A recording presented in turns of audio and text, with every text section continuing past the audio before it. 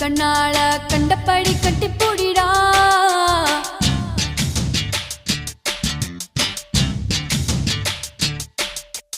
கட்டில் வரி போட போறேடா